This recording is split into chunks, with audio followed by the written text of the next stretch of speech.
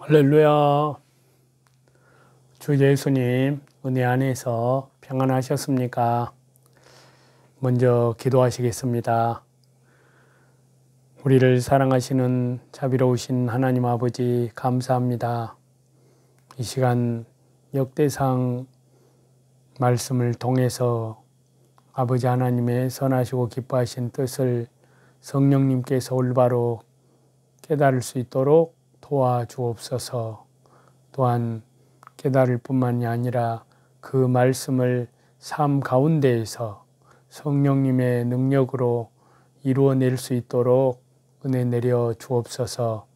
우리의 믿음이 날마다 우리 주 예수 그리스도의 형상으로, 우리 주 예수 그리스도의 신앙의 성품으로 성장하게 날마다 말씀과 성령님으로 충만하게 하여 주옵소서.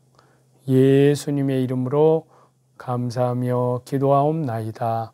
아멘. 오늘은요, 구약성경 역대상 7장부터 9장까지 말씀인데요.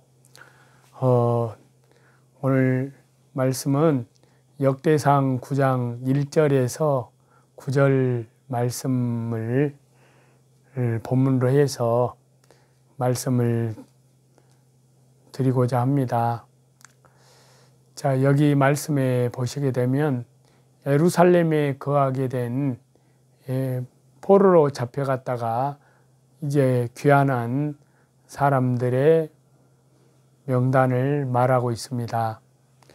이 역대상 9장에는요, 역대상 4장 이후로 지금까지 이스라엘 12지파의 족보를 기록한 목적이 무엇인지 잘 드러나고 있습니다.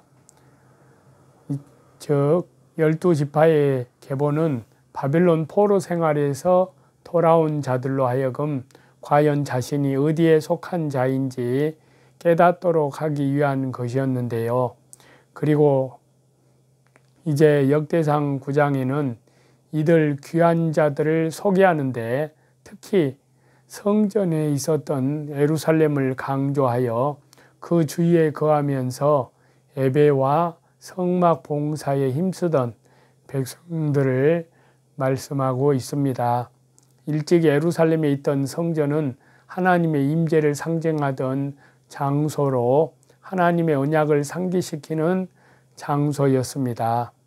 그래서 역대상에 이 말씀을 기록하게 하신 성령님께서는 하나님의 성전이 있는 예루살렘을 강조하게 하시고 그 주위에 거주하면서 여호와 하나님을 경배하였던 자들을 말씀하셔서 귀환한 백성들의 믿음을, 신앙을 환기시키고 있습니다.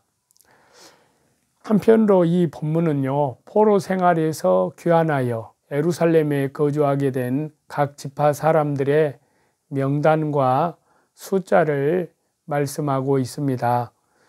즉 지금까지 진행된 역사를 약술해서 기록을 하고요, 포로에서 돌아온 후에 예루살렘 중심에 거주하면서 예루살렘 재건에 공헌한 유다 지파와 베냐민 지파를 말씀하고 있습니다.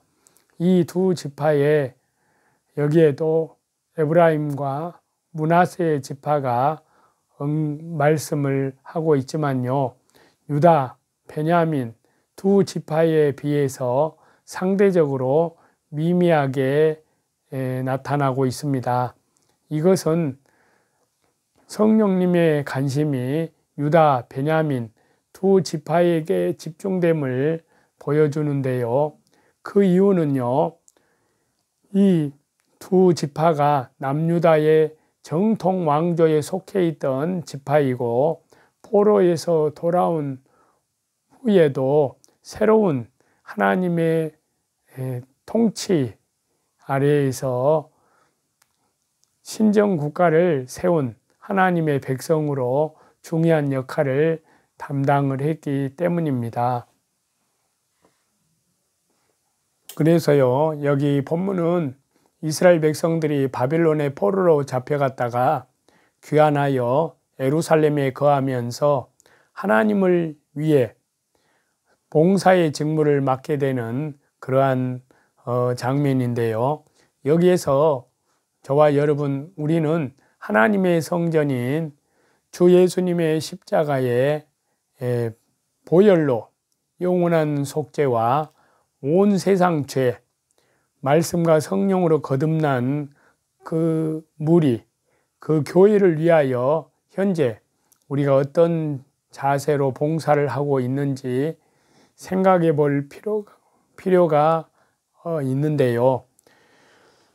요즘에 많은 성도들은 각기 다른 직분을 가지고 교사나 찬양대, 또 예배실, 꽃꽂이, 또 예배 안내, 또 주방의 봉사, 여러 곳에서 주의 몸된 주님의 피로 사신 성도님들을 섬깁니다.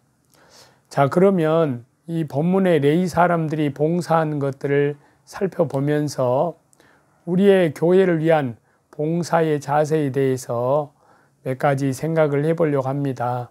첫 번째는 하나님 주 예수님의 피로 사신 교회에서 성도님들을 섬기기 위한 봉사의 섬김의 자세 가운데 첫 번째는 어떤 일을 해도 좋다는 것입니다.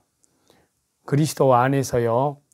본문에는 성막문을 지키는 직분을 맡은 자들의 이름이 기록되어 있는데요.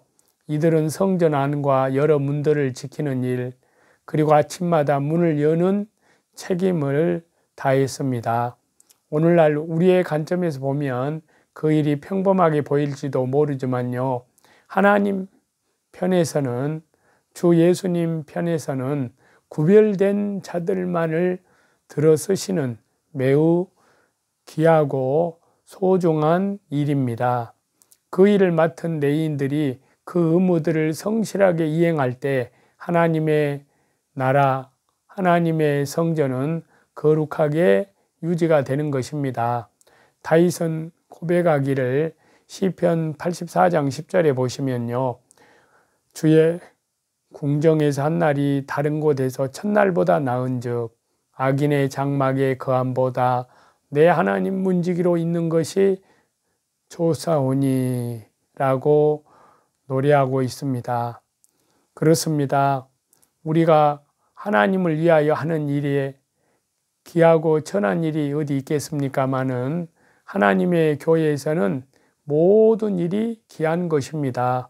그렇기 때문에 어떤 일을 하고 있는가에 촉각을 세우지 말고 어떤 마음으로, 어떠한 믿음으로 하고 있는가를 생각해 보는 것이 아주 하나님 앞에서 귀한 믿음이라고 생각을 합니다. 그래서 우리의 마음 중심을 하나님께 향하고 순종하며 또한 일한다면, 섬긴다면 어떤 일을 해도 그리스도 안에서는 좋은 것입니다. 두 번째는요, 하나님 나라를 위한 봉사의 자세 가운데 두 번째는 각자 맡은 일을 따라 일하는 것이 좋다고 봅니다.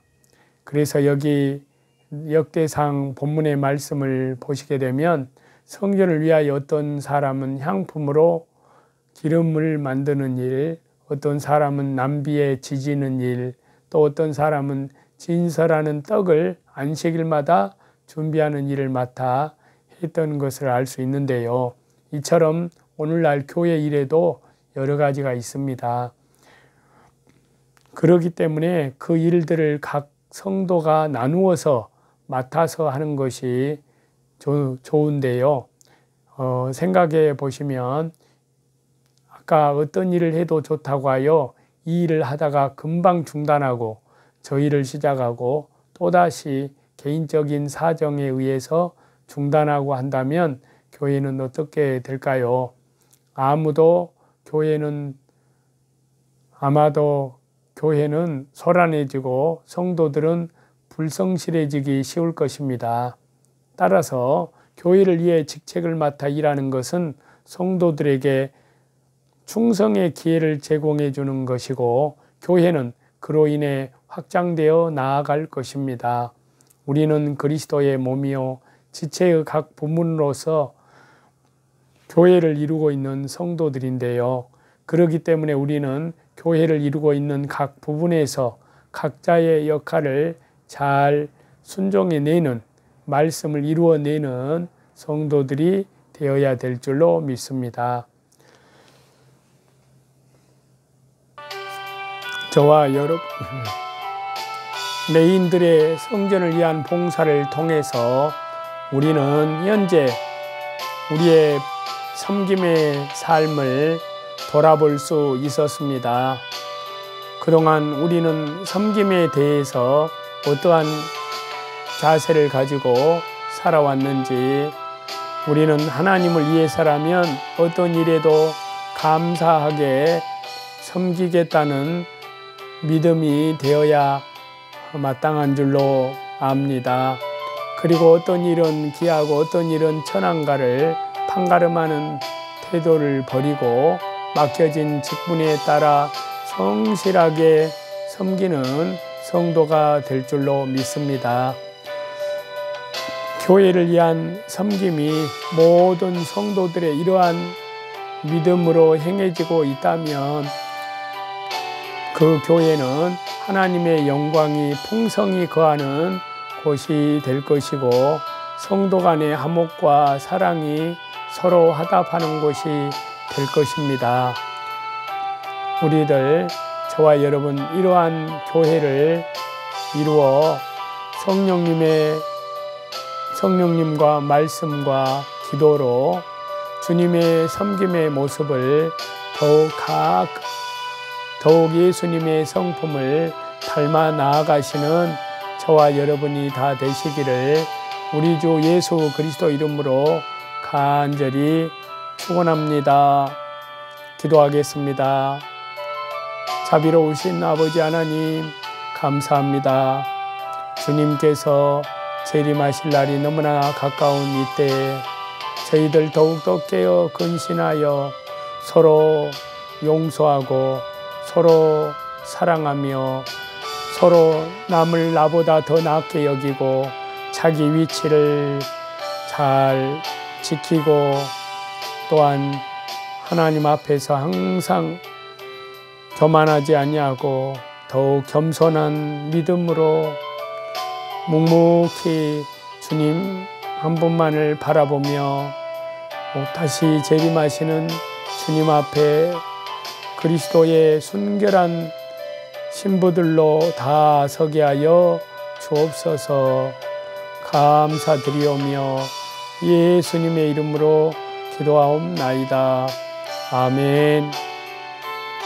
저와 여러분의 영혼을 우리 주 예수 그리스도 이름으로 사랑하고 축복합니다. 감사합니다.